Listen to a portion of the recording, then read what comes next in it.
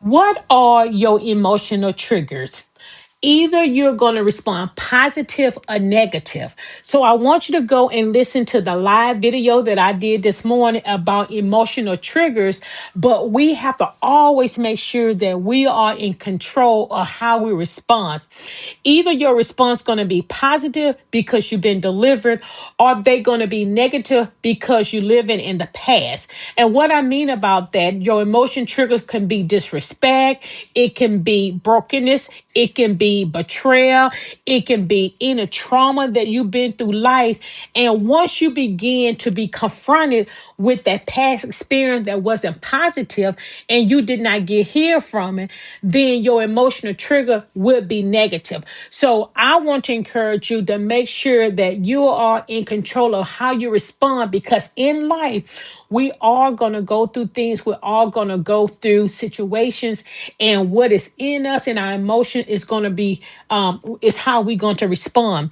Now, I did put this is, how do you handle those emotional triggers? How do you allow them not to be in control of your situation?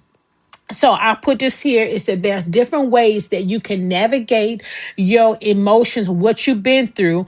But I want you to go and listen to the broadcast, because I don't want to tell you everything, but I want you to think about your control. How do you respond when you go through situation? How do you respond when something negative come into your life?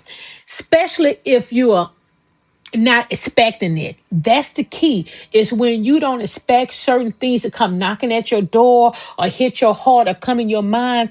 How do you respond? Do you instantly respond according to your flesh, or do you take time to think and what the root cause of how you're going to respond?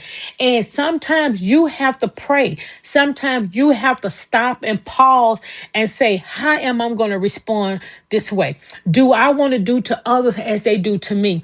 Do I feel like I have to sack them out, or I have to defend myself? Well, you don't have to defend yourself.